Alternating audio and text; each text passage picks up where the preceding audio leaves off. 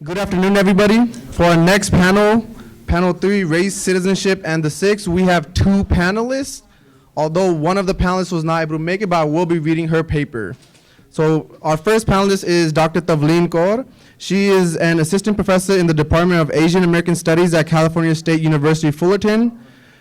She researches contemporary hate violence on the bodies and buildings of communities of color in North America and Europe. Tavleen's teaching, research, and community work bring together art, architecture, film, hate violence, media, and social justice. At Fullerton, she teaches courses in ethnic studies, Asian American studies, and is expanding her research on Desi American architecture and urbanism, community theater, ecologies, migration, and pan-ethnic abolitionist solidarity. The second panelist whose paper I will be reading is Dr. Amrit Deol. She is a lecturer in the Anthropology and Asian American Studies Department at Fresno State. Prior to coming to Fresno State, Deol received her PhD in interdisciplinary studies from the University of California, Merced. Her current book project, Waves of Revolution, Interrogations of Sikh Political and Spiritual Subjectivities in Punjab and the American West, 1900 to 1928, explores the intellectual history of non-secular traditions in the anti-colonial Ghadar Party. More broadly, she is interested in race, religion, and empire in relation to anti-colonial movements in Punjab and its diaspora. To begin, we'll start with Tavleen.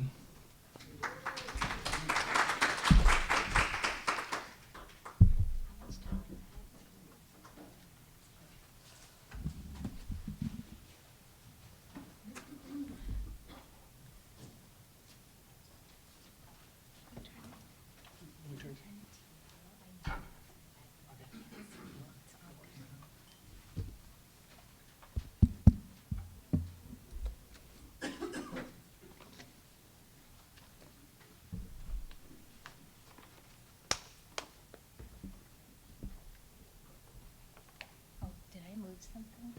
No, that's fine.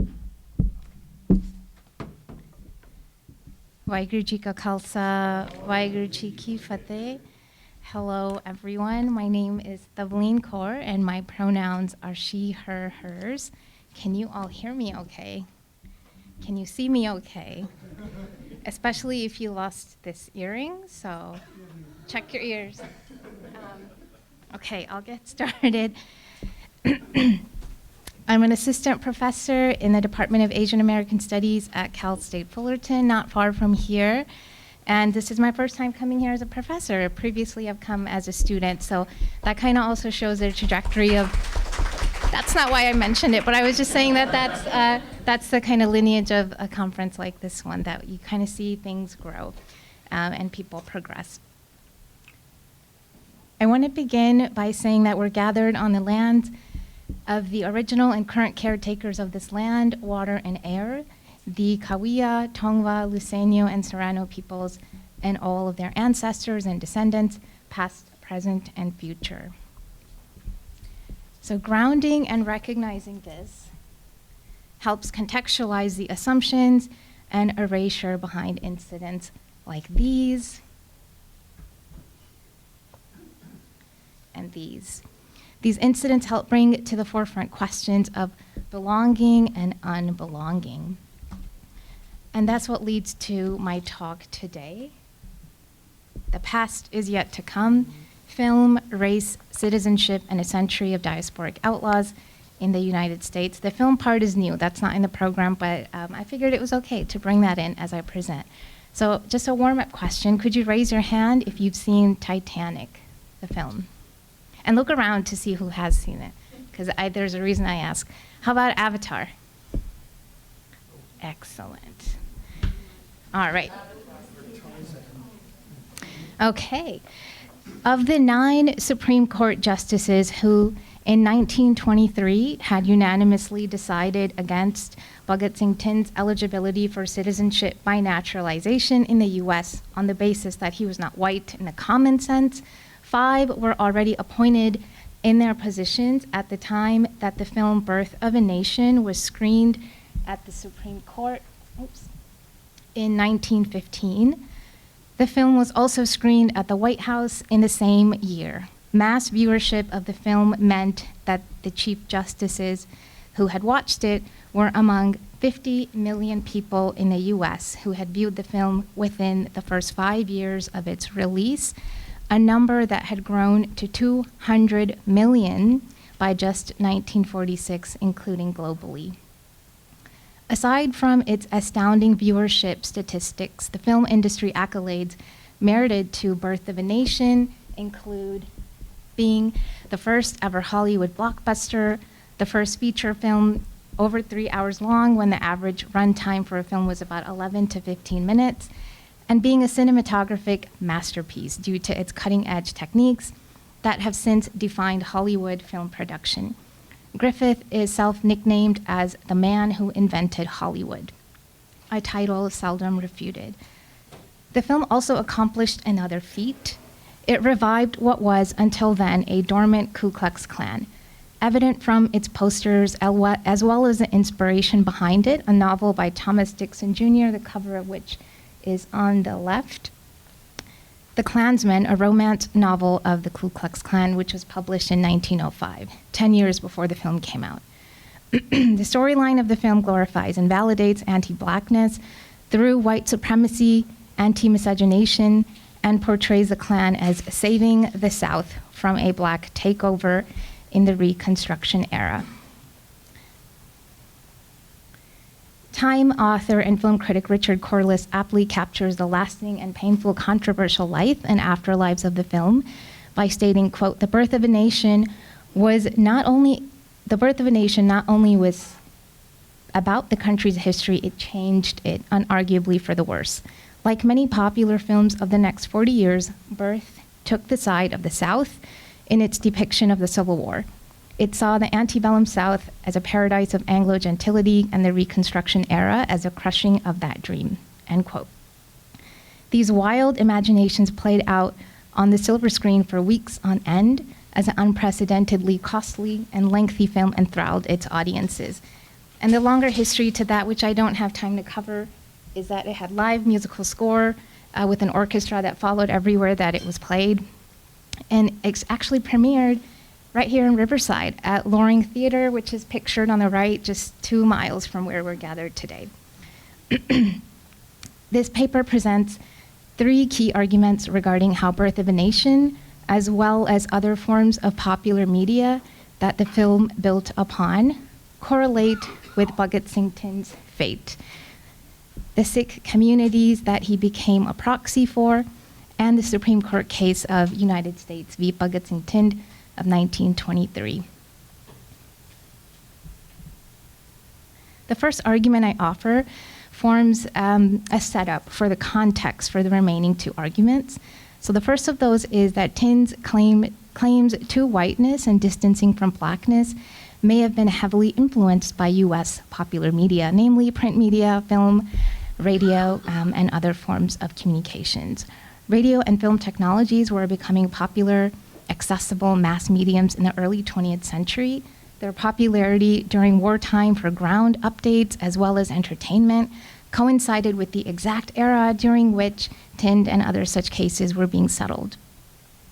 As media historian Derek Valent illustrates, radio programs of the early 20th century began to cement what whiteness meant in the popular sense through racial ventriloquy and passing, which is whether to sound white or Black, especially over radio programs.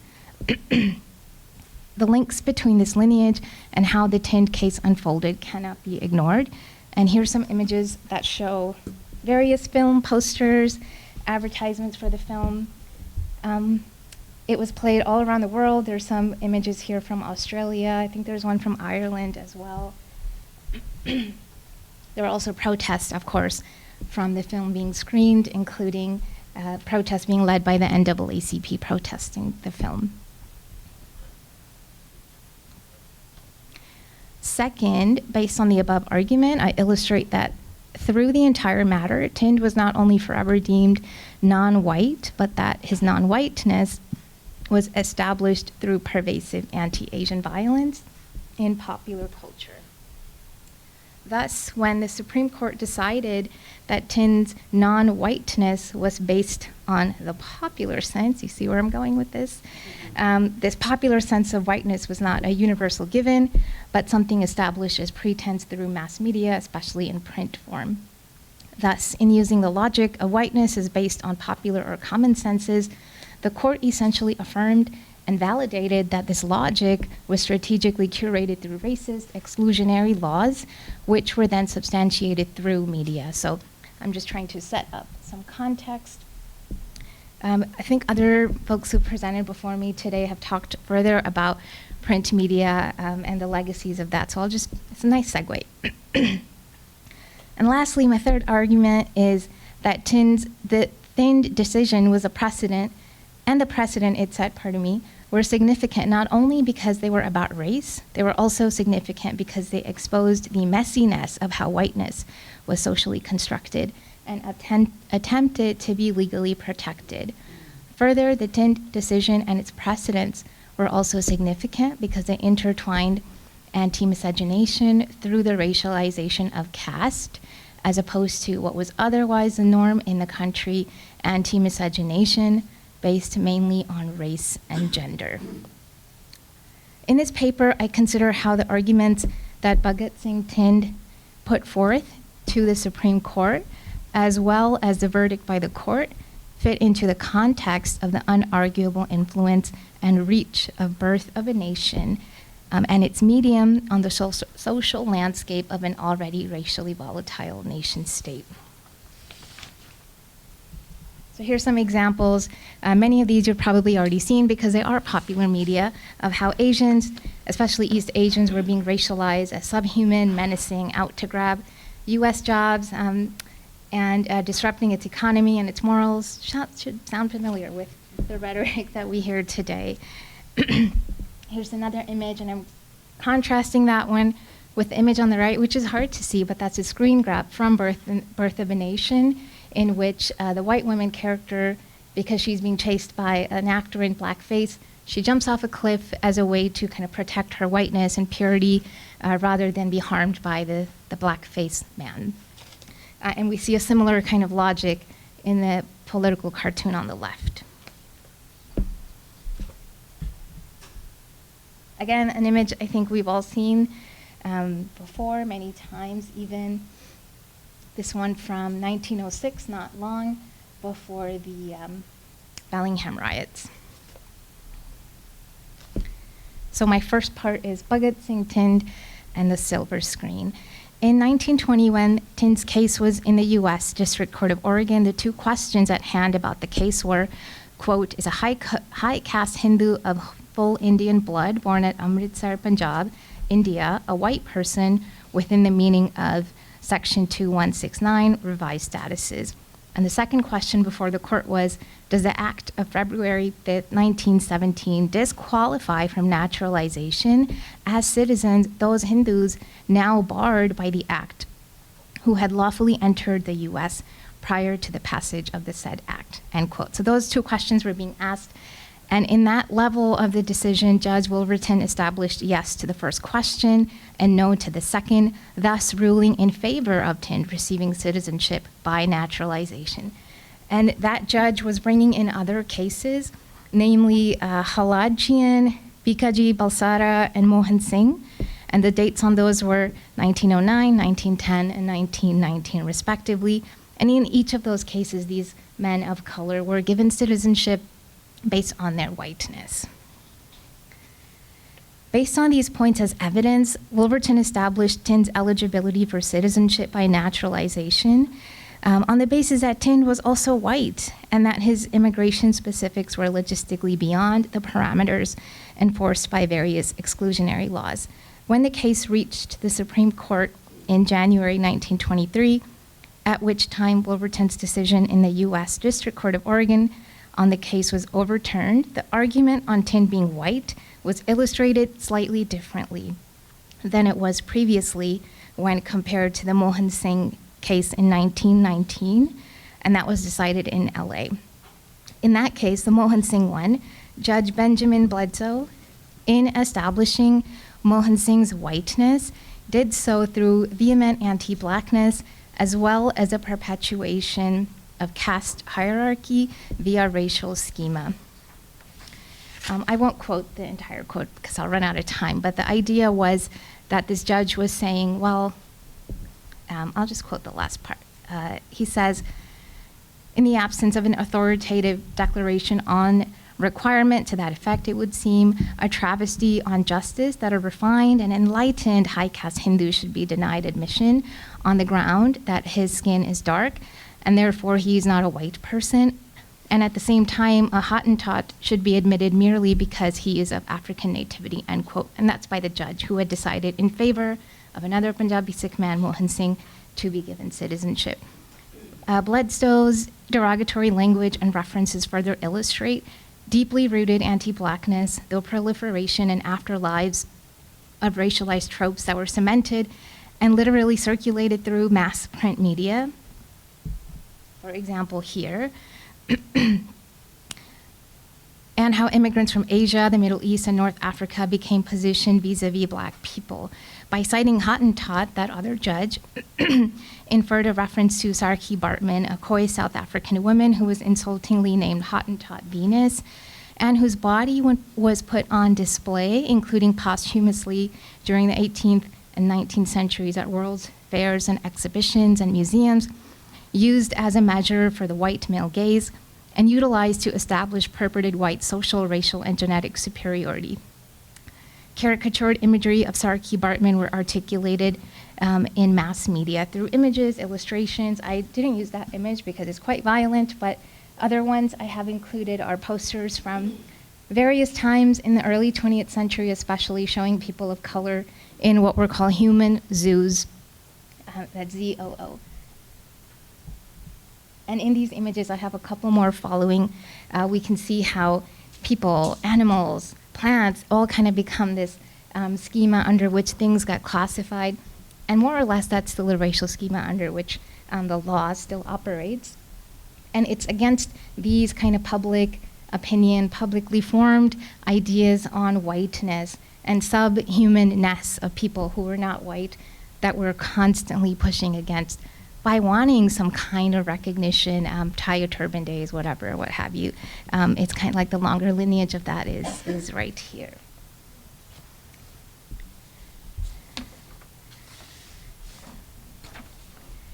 Arguments made by Tind and his lawyers regarding him being white, as explained in existing ethnological works of racial science, were up against these widely constructed popular notions of whiteness, notions in which Tind did not belong, as the Supreme Court ruled regarding Tind in 1923. Further, Tind also likely understood that he might have been eligible for citizenship by naturalization, more so if he had aligned with Blackness instead, as Section 2169 of revised statute stated that the provisions of this naturalization shall apply to aliens being free white persons, and to aliens of African nativity, and to persons of African descent. Although this argument would have been as performative as his actual argument regarding his whiteness, his distancing from Blackness and stated proximity to whiteness hint at the power of popular media like Birth of a Nation in influencing definitions of whiteness. So what I'm saying without saying, because of time limits, is that Birth of a Nation firmly established who could be white, who could not. And that's the kind of logic that the courts also follow. There's a much longer history in how courts got involved in film screenings and censorship laws. I don't have time to cover that at the moment. I add this context to argue that Tind's claims to whiteness were not only based on his understandable instrumentalization of existing ethnological research, but also on his own understanding of how whiteness was being constructed and reconstructed around him through popular media. Further, Tind argued for proximity to whiteness by expanding on what whiteness itself meant. The challenge he put forth in court was not him implying to the judges that he is white just like them, but that he is white too. This distinction, though seemingly founded on only nuance, is crucial to understanding one of the challenges that Tind, the person, and Tind, the case, brought forth to the court. Tin's distinction via this argument undermines an already fledgling definition of whiteness, the insubstantiality of which was evident in the Ozawa decision just 3 months, 3 months prior to Tin's own. Oh, here's a reference to a film that was,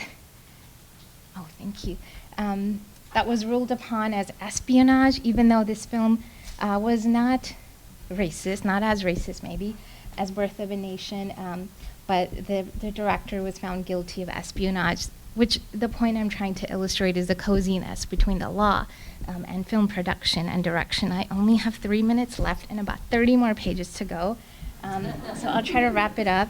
The part two I can't get to is manufacturing common sense, which was Tin's case was decided on the understanding that upon common sense understandings of whiteness, Tin is not white. So I was going to talk more about that. Maybe I can do that in the Q&A parts. Common sense here depicting as fact and as history who's white and who's not white, and exactly in the ways that they are not white. Skip some slides. This one really just captures what I'm trying to say. The points on the left, the bullet points, are the context which are intertwined with law, kind of geographic formation, socio-political formations, technological advancements, how that played out into content through print media, laws, radio, TV, film, new media, especially today, and the impacts of all of that, and how all of these things across this slide were working together at this time to produce notions of what is popularly understood as white. Cast of race, I won't get time to talk about that, but I can afterwards if time permits. And I'll just finish by citing Tind, who, he's a good joker. He writes, I'll just read the quote. These are his own words. If the term white person refers to race rather than color or absence of color, then what is the white race, and of what peoples is it composed? A very slight study of anthropology will convince even the most skeptical person that there is no clearly defined white race. It is to be wondered at, then, if after reading the Naturalization Act, the courts have halted and pondered over its meaning and then declared it to be ambiguous, unintelligible, and difficult to construe and apply. Those are Tin's own words. I believe that's called a mic drop, but in Punjabi, I believe it's called tu keri khet di mudli hai, something along those lines. All right, last sentence. This positioning, finally, it is interesting to note that this popular or common understanding of whiteness was positioned as a global understanding, and it operated under the expectation that non-white people also recognize and abide by this supposed worldwide understanding. This positioning of whiteness as a globally recognized fact is peculiar when contrasted with the actual makeup of the global population, a makeup that is only minority white. The substance of Tin's case was not regarding his eligibility for US citizenship by naturalization. He merely served as a proxy for this matter. Instead, the larger issue was of how far the courts of law would go to secure whiteness and the rights to define it. Just leave it at that.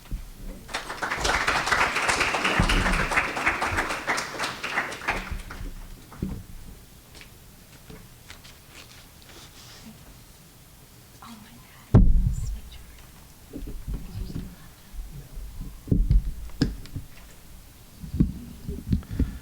Thank you, Tavleen. And as I mentioned earlier, I will be reading Dr. Amrit Deol's paper. She was not able to make it. And I really wish she was here because her papers and Tavleen's paper really speak to one another.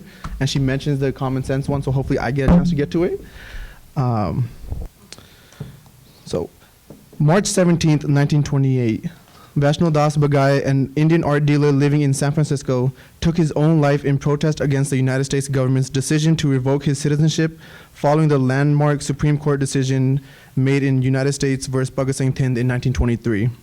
in which Justice Sutherland claimed that Hindus are non-white according to common sense, and thus ineligible for citizenship.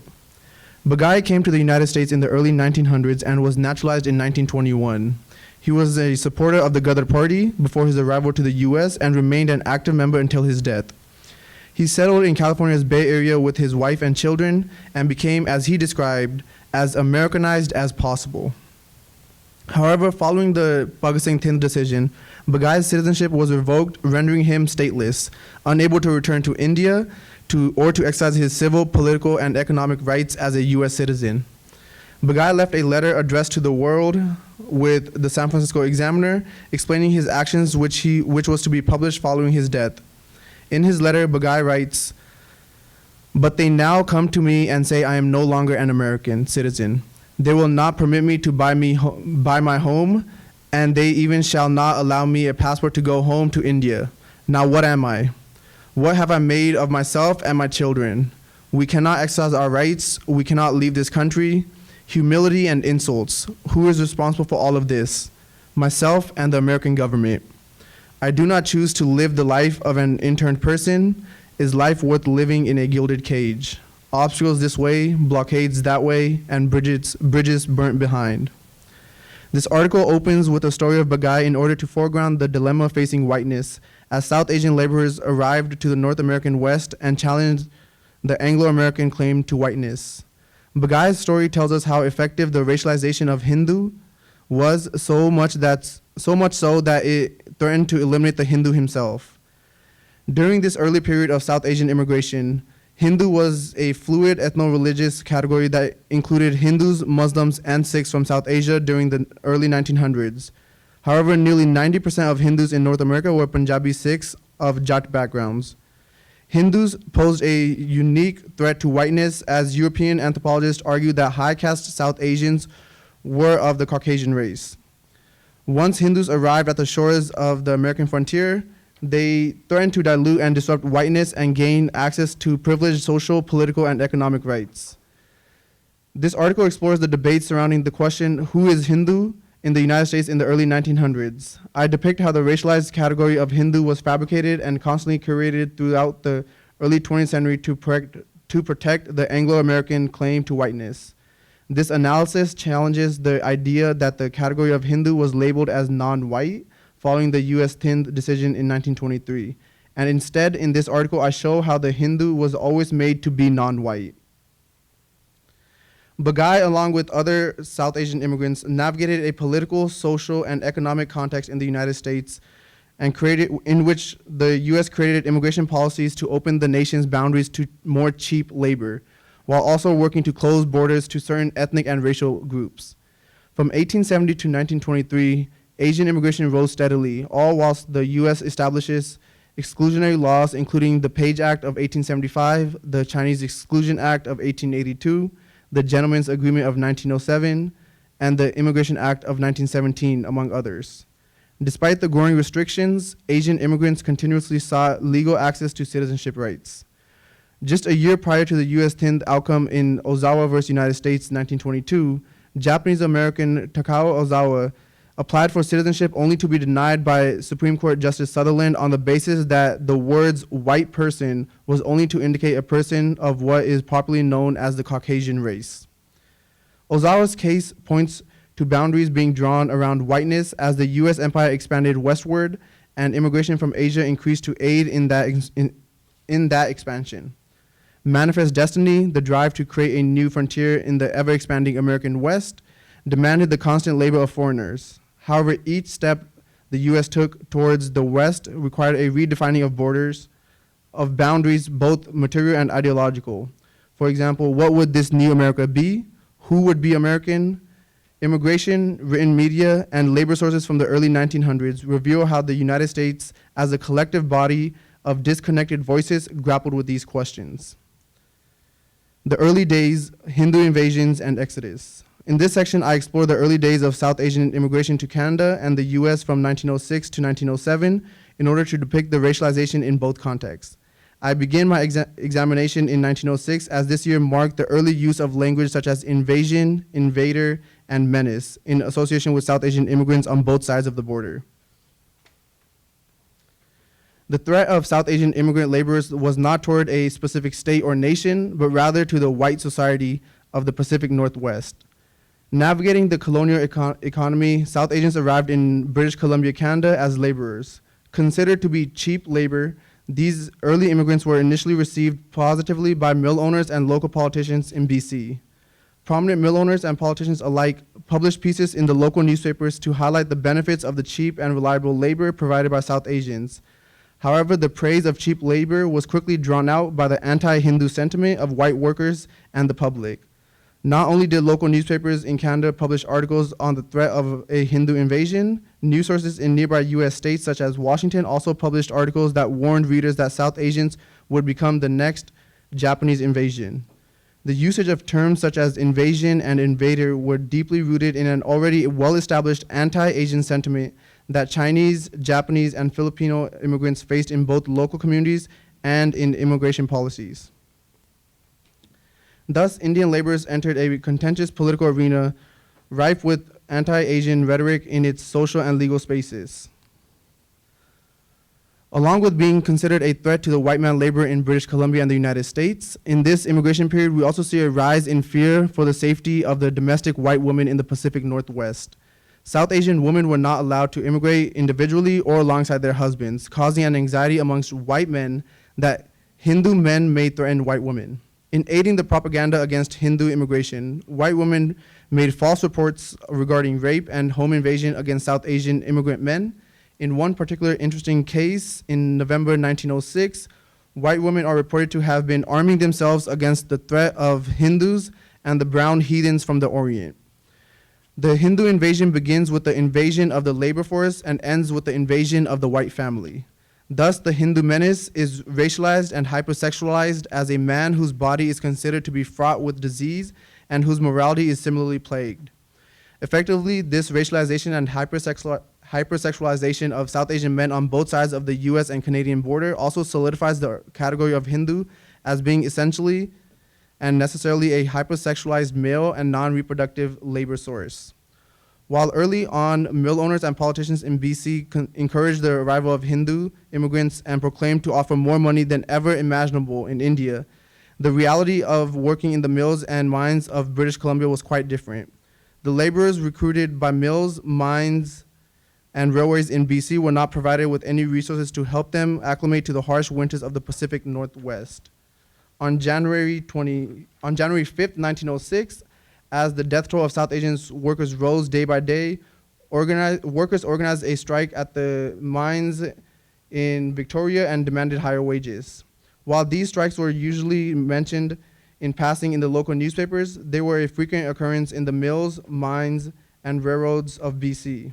The rise in labor tensions among workers, and now with South Asian laborers striking back, pressured Canadian officials to make decisions against immigration. On May 7th, 1906, the mayor of Vancouver took matters into his own hands and detained incoming South Asian immigrants in a detention center offshore, not allowing them to land despite their valid labor contracts.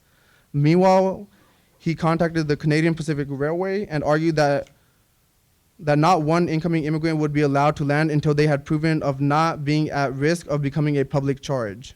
The Canadian Pacific Railroad had up until this point recruited workers from Punjab through Hong Kong and brought them over with little restriction. However, with the rise in South Asian-led strikes in mines and mills, South Asians increasingly strayed from their label as reliable workers. The Canadian Pacific Railway offered little protest and complied to the demands of both the mayor of Vancouver and a threatened white public. Following newly implemented immigration procedures put in place by the local MP, many South Asians traveled across the border into Washington to seek employment. News sources in the Seattle area commented on the Hindu invasion in the US. The Seattle Star, for example, reported on November 15, 1906, that the people of Vancouver tried everything in their power to restrict Hindus and failed.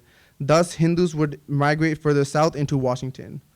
While the Hindu presence was not welcome, the United States could not deny them entry as South Asians were British subjects at the time. The rise in labor and racial tensions along the border of Canada and US erupted in the small town of Bellingham, Washington in 1907. In the late night and early morning of September 4th and 5th, 1907, nearly 300 local mill workers in Bellingham, Washington, raided a Hindu settlement and issued threats. The South Asian laborers left their beds and ran out of their cabins, described as half naked, and hid amongst the lumber piles while chased by white workers. The riots raged on, and by 10 a.m., nearly 250 police officers were summoned and placed on duty to try and control the uprising. The rioters demanded that not only the Hindus be driven out of town, but they also wanted the expulsion of Japanese and Filipino laborers as well. This shows how this moment of violence is part of a larger anti-Asian sentiment. The riots lasted about 3 days and ended with over 150 South Asian laborers leaving Bellingham by September 6, 1907. Only 125 South Asians remained and issued a statement that they would leave once they gathered their belongings. By the following day, there were reports that not a single Hindu was left in Bellingham, and the riots were successful. Many South Asian laborers reported returned to BC or left to seek employment in Oregon and California. Responses from the public to the riots varied. Some sympathized with the South Asian laborers, including one op-ed that claimed that white folk are always ready to riot, and whether it be north, south, east, or west in the United States, it is always safe to bet that the white man is ever ready to do violence to some class of human beings if they happen to have darker skin than their own. However, most of the statements issued in the United States news sources celebrated the expulsion. The mass of articles and opinion pieces commending the rioters reveal how an anti-Hindu sentiment extended beyond the city lines of Bellingham to a wider American audience. The synchronous anti-Hindu sentiment among media and public opinion in response to the riot exposed how violence was seen as means to achieve racial and economic justice. By extension, the way in which the riots were reported upon revealed that this was in fact a race and class issue and a response to the new immigration problem in the American West. The successful expulsion of South Asian laborers in Bellingham, Washington, became inspiration for the development of the Anti-Oriental League. State organizer Young of the American Federation of Labor led the union's anti-Oriental group towards the abolishment of Hindu and Japanese labor.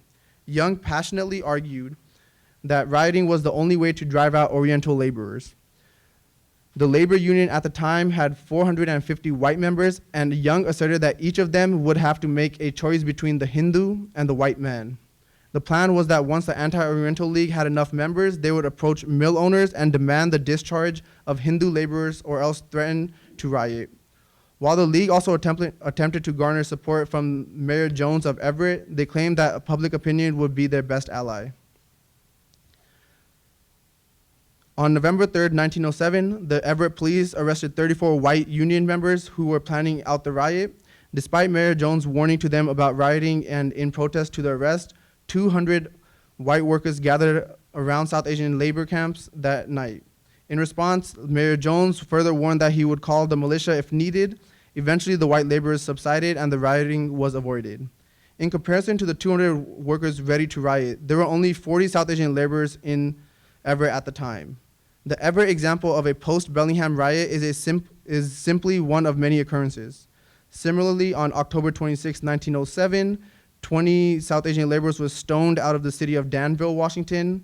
In the St. John's suburb of Portland, Oregon, in the spring of 1910, over 200 white lumber mill workers at St. John's Lumber Company also attempted to expel the 300 South Asian laborers employed at the mill, accusing the South Asian laborers of taking the place of white men. The rioters proceeded to corner and savagely beat several South Asian workers, while the mayor of St. John's had initially claimed he would use this influence to get rid of the Hindus. After the riot on March 21st, 1910, he talked the rioters down. Fearing a repetition of the violence that occurred in Bellingham and other small towns, many South Asians left St. John's to pursue work in Portland or California. Media reports and official responses on the aftermath of these riots were indifferent in nature and emphasized the sporadic nature of a riot, a spark of violence that erupts and dies in a moment. However, the riots were far from sporadic. Instead, it was a steady stream of rhetoric like invasion and menace that came to define Hindus as the new immigration problem, and rioting became a remedy to this problem. While the efforts surrounding the legal exclusion of South Asians led to the restrictions by the Canadian and US governments, they were unable to ban South Asian immigration in its entirety in that moment. Thus, the public became a key player in implementing the exclusion of South Asians, particularly through riots. In examining the histories of anti-Hindu sentiment, we need to look beyond the laws and policies of nations as methods of exclusion. The media and white public success in exclusion through riots shows a different way to view restriction, exclusion, and racialization. For the sake of time, I'm gonna skip some pages. Hopefully I don't mess up Amrit's argument. Okay.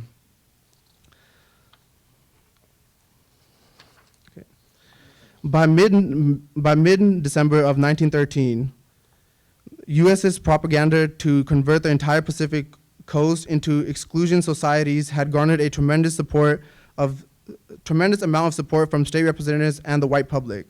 California Representative Raker proposed a new immigration bill which sought to exclude all laborers from the Asiatic region. This, of course, would include South Asians.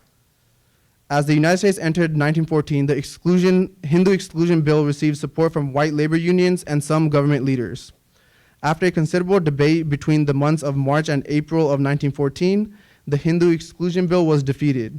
Though the bipartisan immigration committee was sympathetic to Caminetti's and Raker's arguments, the bill still seemed closely linked to sensitive immigration agreement between the US and Japan.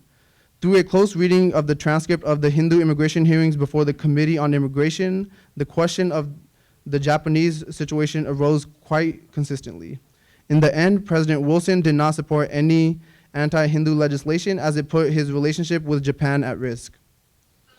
I argued that we must expand our scope of analysis beyond the defeat of this bill to locate the other ways in which actions furthered restriction and exclusion for South Asians in the US. While the Hindu immigration hearings were still in process in February of 1914, Caminetti's, who led these efforts in California, expressed his desire to run for governor of California. He followed his statement with a strong claim to restrict Hindu immigration. Though he did not run for governor in California, perhaps due to defeat of his bill, he continued to work as the commissioner of immigration following the hearings. His early motions towards Hindu exclusion did not pan out in the form of an immigration exclusion bill. However, it did set the stage for both the immigration bar of all Asiatics in 1917 and the US versus Hindu decision in 1923. Following the defeat of the bill in 1914, the next 3 years offered South Asians across the Pacific coast the opportunity to apply for naturalization. In 1916, Judge Cole of El Centro Imperial County ruled that Hindus were eligible of US citizenship if they could provide they were of high caste.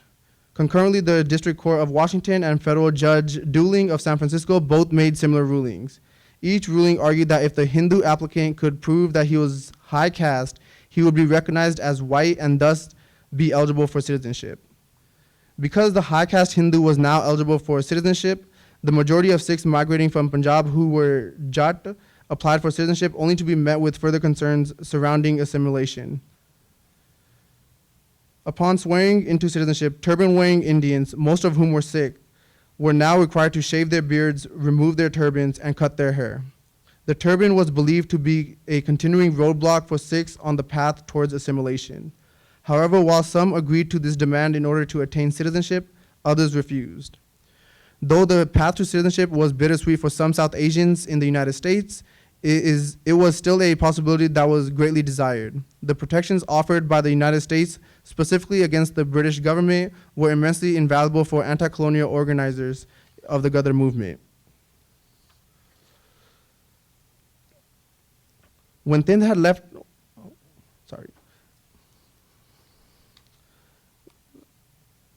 In 1918, July 22nd, 1918, Thind disengaged his activities from the Ghadar party and returned to Oregon to become the first Sikh to be inducted into the US Army when he enlisted.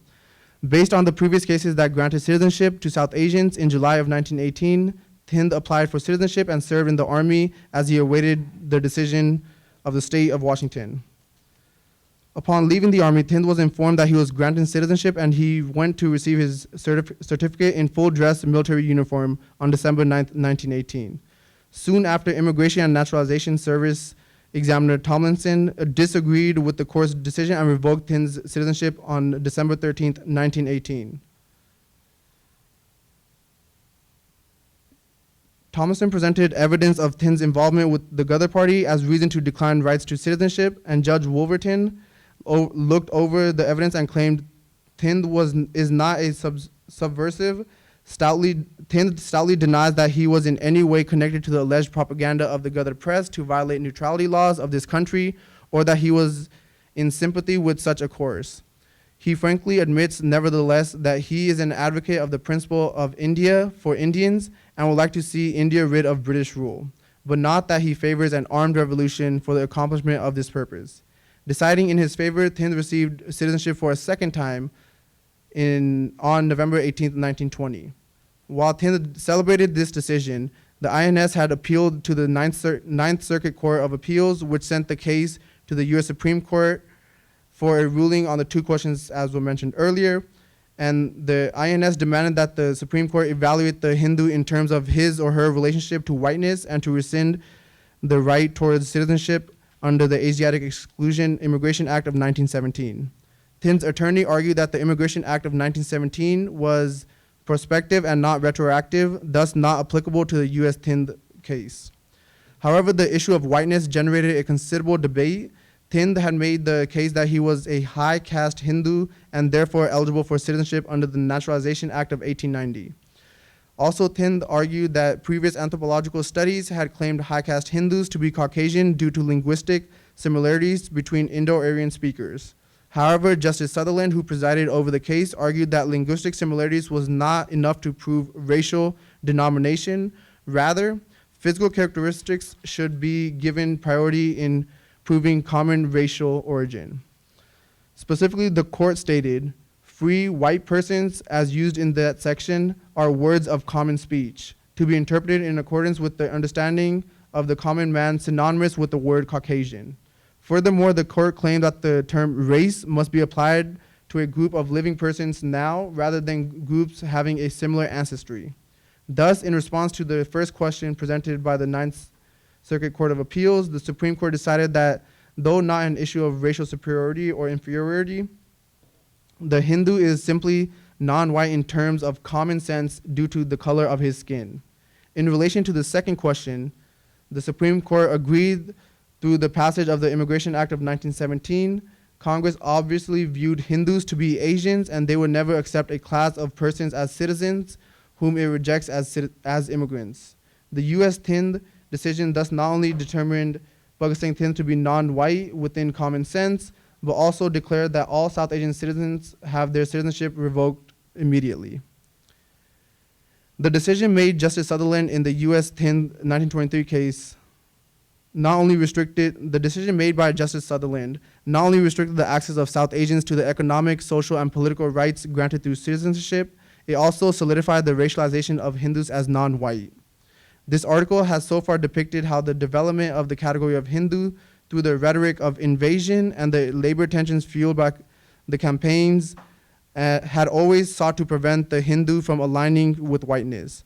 The crude politics of race in the U.S., championed by the media, labor circles, and immigration officials, worked towards ensuring that the South Asian laborer did not fall into the category of white and passionately protected the claim to whiteness. Following the U.S. Thind trial, Thind began traveling throughout the U.S. delivering lectures on philosophy and spirituality with a specific focus on the Sikh tradition. Though Thind's lectures were geared towards Christian audiences, he frequently taught the writings of Guru Nanak, Kabir, and Buddha. His lectures were advertised in local newspapers, and he focused on both small towns and large cities, garnering a diverse following including South Asians, but the majority of his followers were white Americans. While there had previously been Hindu spiritual leaders lecturing in the U.S. prior to Thind, he was the first to introduce the Sikh tradition to the U.S. white public. His lectures focused on two primary objectives: to teach the public about Sikh people and to teach the public about the Sikh tradition. Appealing to a sense of the universal in those spiritually inclined in the white American public, Thind often referred to the Sikh people as a group who were a unique race. In one of his informational booklets entitled A Sikh and Sikhism, Thind writes, "Sikhs were intended to be a race of men divinely fashioned, beautiful, envied, and life-inspiring, like no other race. Furthermore, he stated that every human being is a Sikh, a learner. As an individual who had recently been declined access to citizenship, Thind focused his teachings to look beyond the state for belonging. Through the driving force for finding belonging for Thind was Sikhi. Though the driving force for finding belonging for Thind was Sikhi, and he was clearly looking beyond the nation state for acceptance, his later career was shaped greatly by the formations of the Hindu category. Thind is credited for making the Sikh recognizable in the United States as a religious category and thus is consumed by Anglo-American audiences as an identity that is Eastern, Asian, and by extension, non-white.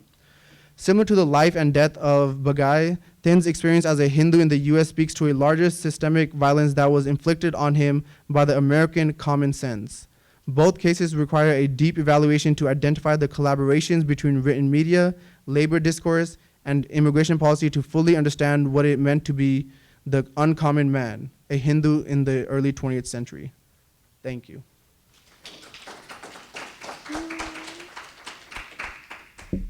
And because Amrit is not here, we'll field some questions for Tavleen.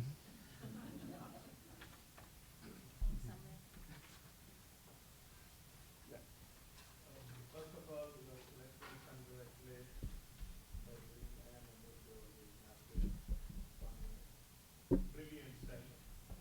This is what I was trying to signal. This is the kind of work on race that includes both South Asians and blacks, and the definitions of whiteness that were changed. You did a brilliant, very good job of it. Actually, if you think about it, there are interesting little tidbits in both the papers. James Sutherland himself was an Englishman who was involved in three cases. He was involved in the Outlaws case. He was involved in the 1923 Singh case, and he was again involved in the Singh case later on, as we just heard. He was himself a new immigrant from England. So that's one thing to notice. The other thing about him that St. Paul just read, he became a philosopher. Sikhism was not his exclusive focus, but he finally got the citizenship in 1937. He was a persistent Sikh who never gave up, and he kept fighting the case again and again. But in the mix there are other things to notice. White women, including the woman who was married to Taraknath Das, they lost their citizenship. And it took them many decades to regain that citizenship. But I could go on, but that's not the point. The respondent who is not here would have done some of that. But I have a question for you, Tavleen. I mentioned it this morning. Some young South Asian scholars, I don't think any of them is of Sikh background, are trying to paint Bhagat Singh in a bad way by saying that he compromised his Indianness by going with the logic that he was a Caucasian, trying to fight his case on that. What do you think of that? I have my thought, but you are the expert in this area, not me.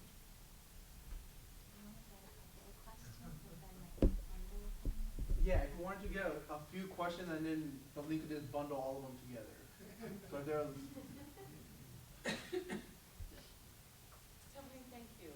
I thought, first of all, the images that you used were so well with what you were speaking. Sometimes they don't quite line up, but they're so helpful, so thank you for that. Can you tell me a little bit more about this person who lost their citizenship? Which person? The individual that you just mentioned that lost their citizenship. Yeah. By the way, what I appreciated about your paper most is how you established the centrality of the birth of the nation to the popular definitions of whiteness that the courts succumb to. Because there's a particular knowledge of race that travels through scholarship. And nobody is more central to that than W.E. Du Bois. Those of you who do Sikh studies who have not read Du Bois, you should read it. Don't you read anything else? Just read Souls of Black Folk, 1903. So I had not realized that. So you established a wonderful connection because no movie was more popular and more influential than Birth of a Nation. So that is an important point. But what did you make of? Let's take more questions. How this, why is Bhagat Singh Thind being given this bag slip? Because he tried to get citizenship on the basis of the race knowledge that existed at that time. I got a question. Yeah, Tavleen, great presentation. So, Dave Paul. So I want to go. I want to touch on supremacy. So the term supremacy, and it's even currently used in our current conversations. And my question is, do we as academia and citizens have to rethink how we use the word supremacy in our common dialogues and conversations and writings? And I want to extend that to the use of prefixes such as Sikh American, African American, when anybody who gets a citizenship is an American. So kind of that's a question by the way. So the critique I've heard of Bhagat Singh Thind is not about the whiteness part, but about the caste part. So I know that there are Dalit activists who criticize him for the strong argument about separating himself from other castes, and they maintain their purity, very, very strictly. So that is what I have heard of, and I don't know if you have any thoughts on that part. The cost of race. There is a question in the back. Were you raising your I hand? was going to ask the question too. You didn't get to talk about the Diasporic. Yeah, I didn't. Okay, so there's a lot on the table. Let me see if I can try to bundle things. So to be fair, this is very recent research for me, so I don't have exact answers for the very kind of factual things like who all lost their citizenship. Broadly speaking, I think it was about 30 or so people.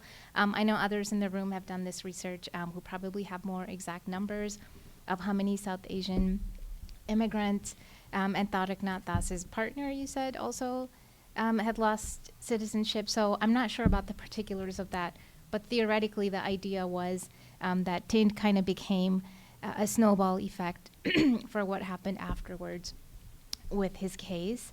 What else was it?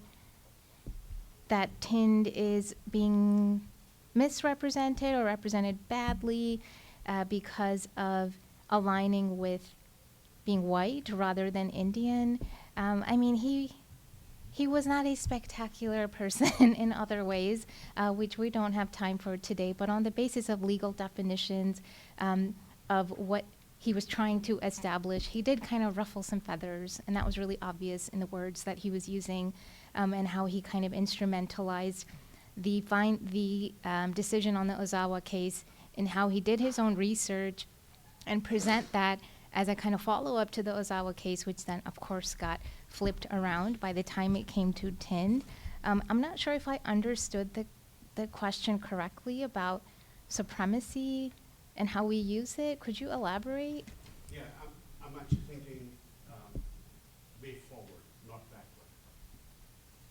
I didn't know the history of supremacy, so this Birth of a Nation really kind of struck my kind of conscience that even today, we use the word supremacy in all our writings.